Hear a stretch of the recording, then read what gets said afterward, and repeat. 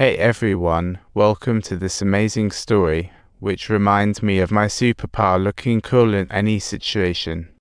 Hearing that familiar voice, Wudaxu realized the kind stranger was actually the mysterious captor from 15 years ago. What a surprise party.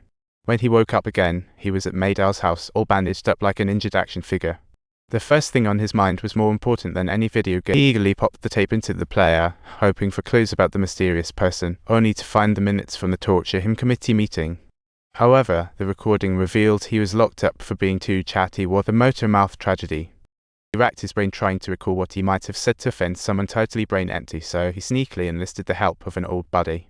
But that old buddy couldn't recall any useful info from their childhood and suggested checking social media. Maybe it would have a surprise. Just as they logged into Wudax's account, a user named Chanking sent a chat invite to talk about a twist of fate in the digital age.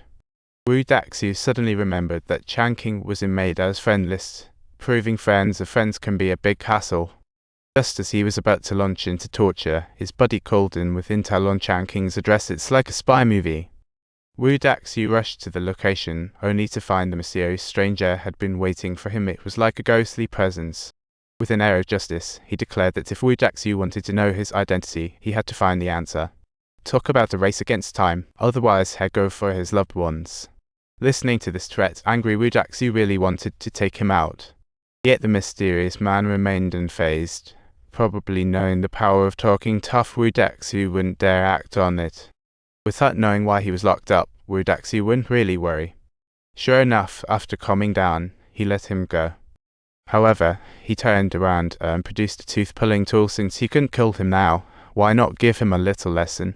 The mysterious man quickly tore open his collar to reveal a surgical scar. Talk about high levels of crisis awareness. If he pressed the remote, it would signal death. Wudaxu better think this through. His threats worked like a charm. Wudaxu froze with the hammer in hand. Truly a guilty conscience. The mysterious man took the chance to leave, reminding Wudaxu that doors also have a real doorway vibe full of fun facts.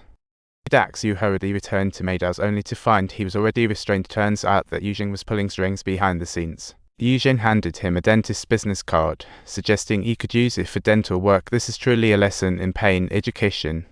Yuzhen forcibly pried his mouth open, intending to let Wudaxu experience tooth extraction. How tooth for tooth of him. Just when it seemed hopeless, the mysterious man called in, followed by his white-haired bodyguard. Once Yuzhen got that suitcase of cash, he let Wudaxu go. Talk about how money can solve everything. Wudaxu struggled to get up, vowing to chop off the hand of the one who'd touched Maydao, starting his path of revenge. He and Maydao finally left the place, using the remaining 5 days. Truly time waits for no one. That night, the two went all out at the motel, but failed to notice the invading white smoke. What a surprise in the making. When they woke up, a gift box lay on the table. Inside was Yuzhen's left hand with the ring. Talk about something right out of a horror movie. Wudaxu immediately realized they had trackers on them. It's a real-life rat chase. Removing the chip would cost his buddy Juhuan dearly. He had no idea it was a real infiltrator move. He then visited Juhuan's internet cafe, only to discover that Chanking was actually a company name. What a business mystery. When Maydao mentioned the school name, Wudaxu and Juhuan immediately leaned in. It was an old schoolmate's chemistry. He took Maydao to the school, where they made a major discovery in the library. It was a literary romance. In the graduation album, there was a boy named Lai Yuzhen, who looked just like the young version of the mysterious man. What a visual revival. Moreover, Maydao found a hair salon flyer tucked in the album. Talk about a hidden code. One head's a clue. Lai Zhang's photo was mysteriously cut off. Wudaxu immediately called Juhuan, asking what she remembered about Lai Yuzhen and Lai Zhang. Such a memory lane journey. According to Juhuan, Lai Yuzhen left no impression, but Lai Zhang was vividly remembered as being in the next class. What a surprise. Unfortunately, Lai Zhang had already passed away after her suicide following Wudax's transfer. Such a sad story. Hearing Juhuan's teasing, Lai Yuzhen furiously snapped the CD in half. What an angry act of letting go. It wasn't until Juhuan stopped responding that she finally relented. Juhuan's death ignited Wudax's tragic fury. At the same time, Wudaxu realized Lai Yuzhen posed a danger and needed to protect Maydao. Truly a heroic protector. He returned to Yujing, giving her back the ring, hoping Meido could stay over temporarily safety first, after all. Yujing readily agreed, as long as they avoided Lai Yujing were a test of friendship.